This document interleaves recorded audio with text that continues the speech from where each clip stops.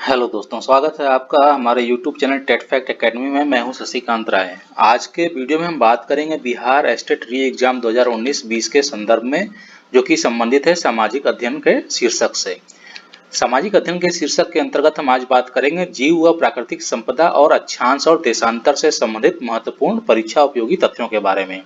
तो आइए शुरू करते हैं अपना आज का वीडियो सामाजिक अध्ययन।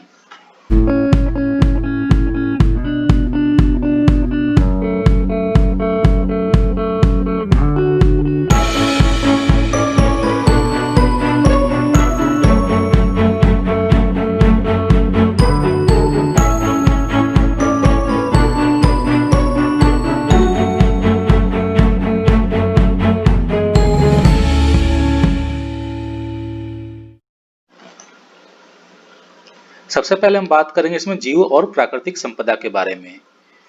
तो सबसे पहला पॉइंट है, वन्य जीव सप्ताह मनाया जाता है प्रत्येक वर्ष अक्टूबर माह का पहला सप्ताह में। असम का काजीरंगा राष्ट्रीय उद्यान एक सींग गैंडे के लिए प्रसिद्ध है। यह असम के जोरहाट जिले में स्थित है। जम्मू कश्मीर का दाची-ग्राम राष्ट्रीय उद्यान हंगुल मृग के लिए प्रसिद्ध है। जल संसाधनों में भारत का विश्व में तीसरा स्थान है। पृथ्वी की ऊपरी सतह को मृदा संपदा कहते हैं। नलकूपों द्वारा सर्वाधिक सिंचाई उत्तर प्रदेश में होती है। भारत में प्रथम सौर ऊर्जा पावर हाउस स्थापित किया गया है लद्दाख में। राष्ट्रीय वन नीति के अनुसार पर्यावरण की दृष्टि से देश के कम से कम 33% क्षेत्रफल वनों का आवरण आवश्यक है। केंद्र सरकार द्वारा वन नीति 1952 को वर्ष 1988 में संशोधित कर नई वन नीति की घोषणा की गई है। भारतीय वन सर्वेक्षण विभाग का मुख्यालय देहरादून में स्थित है। भारत में वन अनुसंधान संस्थान देहरादून में स्थित है। राष्ट्रीय पर्यावरण शोध संस्थान नागपुर में स्थित है। भारत में वृक्षारोपण उत्सव, जिसे वन महोत्सव के नाम से जाना जाता है, के जन्मदाता के.एम. मुंशी थे। इनका पूरा नाम कन्हैया लाल माणिक लाल मुंशी है। पश्चिमी हिमालय संसाधन प्रदेश के प्रमुख संसाधन है वन। देश में सर्वाधिक वन क्षेत्र मध्य प्रदेश राज्य में है। पंजाब राज्य के कुल भौगोलिक क्षेत्रफल के सबसे कम भाग पर वनों का विस्तार पाया जाता है। प्रतिशत की दृष्टि से सर्वाधिक वन क्षेत्रफल मिजोरम 88.93% का है और दूसरे स्थान पर लक्षद्वीप 84.56% है। देश के सर्वाधिक क्षेत्रफल पर उष्ण आर्द्र पतझड़ वन पाए जाते हैं। दलदली अथवा ज्वारभाटा क्षेत्रों में पाए जाने वाले वन को मैंग्रोव वन कहा जाता है। भारत में मैंग्रोव वनस्पति का सर्वाधिक विस्तार पश्चिम बंगाल राज्य में पाया जाता है। भारत में चंदन की लकड़ी के वन सबसे अधिक नीलगिरी की पहाड़ियों में पाए जाते हैं। साइलेंट वैली के चर्चित होने का प्रमुख कारण जैव विविधता एवं सदाबहार वन का संरक्षण होना है। साइलेंट वैली या शांत घाटी केरल राज्य में स्थित है। फूलों की घाटी उत्तराखंड में स्थित है। उष्णकटिबंधीय आर्द्र सदाबहार वन प्रायद्वीपीय पठार पर पाए जाते हैं। भारत का कर्नाटक राज्य शहतूत रेशम सर्वाधिक उत्पादित करता है। सुंदरी नामक वृक्ष की अधिकता के कारण गंगा ब्रह्मपुत्र के डेल्टा क्षेत्रों को सुंदरवन कहा जाता है। भारत में चंदन की लकड़ी के लिए प्रसिद्ध राज्य कर्नाटक है। भारत में पतझड़ वन प्रमुख वनस्पति है। भारत में तेंदुए के पत्ते का सर्वाधिक उत्पादक राज्य मध्य प्रदेश है। मैंग्रोव वन चक्रवात के अवरोधकों का काम करते हैं। पृथ्वी पर विषुवत रेखा या भूमध्य रेखा के आसपास सर्वाधिक घने वन पाए जाते हैं। भोजपत्र वृक्ष हिमालय क्षेत्र में पाया जाने वाला वृक्ष है। मुंबई हाई खनिज तेल से संबंधित है। रानीगंज कोयले की खान पश्चिम बंगाल में स्थित है। भारत में कोयला उत्पादन में झारखंड का प्रथम स्थान है। आइए बात करते हैं अक्षांश और देशांतर से संबंधित महत्वपूर्ण तथ्यों की। कर्क रेखा भारत के लगभग आधे हिस्से से होकर गुजरती है। अंतरराष्ट्रीय तिथि रेखा प्रशांत महासागर के बीच से होकर गुजरती है। भारत में सबसे छोटा दिन 22 दिसंबर को होता है। इस दिन सूर्य मकर रेखा पर लंबवत चमकता है। इस स्थिति को शीत अयनांत कहते हैं। 180 डिग्री देशांतर को 1884 में वाशिंगटन सभा में अंतरराष्ट्रीय तिथि रेखा माना गया। स्थानीय समय वह समय है जो कि सूर्य के अनुसार प्रत्येक देशांतर पर निकाला जाता है।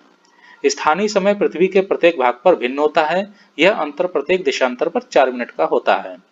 भारत में 82.1/2 डिग्री पूर्वी देशांतर रेखा के समय को मानक समय माना गया है। भारत का मानक समय ग्रीनविच मीन टाइम से 5.5 घंटा आगे रहता है। कर्क रेखा पृथ्वी पर 23.1/2 डिग्री उत्तरी अक्षांश रेखा पर है। मकर रेखा पृथ्वी पर 23.1/2 डिग्री दक्षिणी अक्षांश रेखा पर है।